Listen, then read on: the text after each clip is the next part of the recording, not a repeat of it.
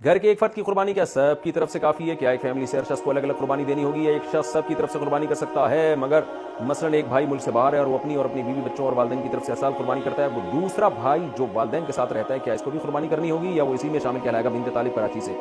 یہ مسئلہ فقہا کے درمیان اختلافی ہے۔ امام شافعی، امام مالک کے نزدیک ایک گھر کا جو سربراہ ہے نا، وہ اگر قربانی کر لے سب کی طرف سے ہو جاتی ہے۔ ان کے دلائل بھی اسلاف کے بعض تابعین اور بعض صحابہ کے یہ اقوال ہیں، فتاوی ہیں۔ اور حنفیہ کے نزدیک جو ہے جو بھی صاحب استطاعت ہوگا اس پر الگ سے قربانی واجب ہوگی۔ حنفیہ کی دلیل میں بھی صحابہ تابعین کے اقوال ہیں اور صحیح حدیث ہے، من وجد سعۃ لأن یضحی فلم یضحی فلا یقربن مصلانا۔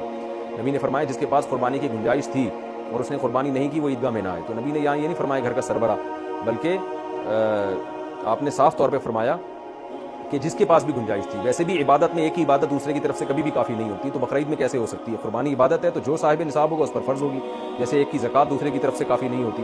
تو باقی جن روایات میں آتا ہے گھر کا سربراہ تو وہ رواج پر معمول ہے، اس لیے کہ عام طور پہ گھر کا سربراہ ہی صاحب نصاب ہوتا ہے، اور اس کے چھوٹے بچے ہوتے ہیں عام طور پہ ماتحت ہوتے ہیں، وہ صاحب نصاب ہوتے نہیں ہیں، تو وہ ایک رواج کے حساب سے فتویٰ دیا گیا ہے۔ بہرحال دونوں طرف دلائل ہیں، اسی وجہ سے ایک فقہ کو فالو کرنے کا حکم مصلی میں عیدگاہ کے قریب نہ آئے۔ یہ صحیح حدیث ہے جس کی بیس پر بہت مضبوط موقف ہے امام حنیفہ رحمہ اللہ تعالیٰ کا کہ جو بھی صاحب نصاب ہوگا اس پر قربانی لازم ہوگی، اور عبادات میں ویسے بھی احتیاط کے پہلو کو ترجیح دی جاتی ہے۔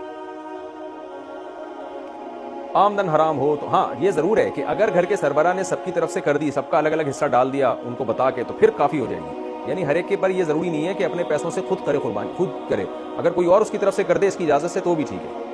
جیسے ہمارے عام طور پر شوہر بیوی کی طرف سے بھی خود ہی کر رہا ہوتا ہے قربانی، بیوی کے پاس زیور ہوتا ہے مگر شوہر ہی حصہ ڈال رہا ہوتا ہے اس کی طرف سے، تو وہ ہو جائے گی۔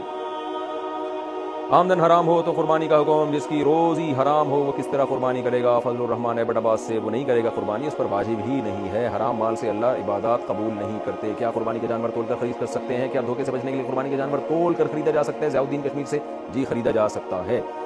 قربانی اور عقیقہ ایک جانور میں کرنا، کیا ایک ہی جانور میں قربانی اور بچے کا عقیقہ کر سکتے ہیں؟ سیف انصاری انڈیا سے، جی بالکل کر سکتے ہیں، بچے کا حصہ الگ ڈالنا پڑے گا، قربانی کا حصہ الگ ہونا پڑے گا، لیکن وہ ایک ہی جانور میں جائز ہے۔ بھینس کی قربانی کا حکم، حدیث پاک میں قربانی کے لیے کون کون سے جانوروں کا آیا ہے؟ کچھ لوگ کہتے ہیں کہ بھینس کی قربانی نہیں کرنی چاہیے کیونکہ حدیث میں اس کا ذکر نہیں ہے، اس بارے میں رہنمائی فرمائے محمد رفیق گلگی سے۔ بھینس جو ہے بحکم گائے ہی ہے، تو پوری امت کا اجماع رہا ہے اس پر کہ بھینس کی قربانی بھی جائز ہے۔ اب کچھ لوگوں نے اختلاف کرنا شروع کر دیا، جب ایک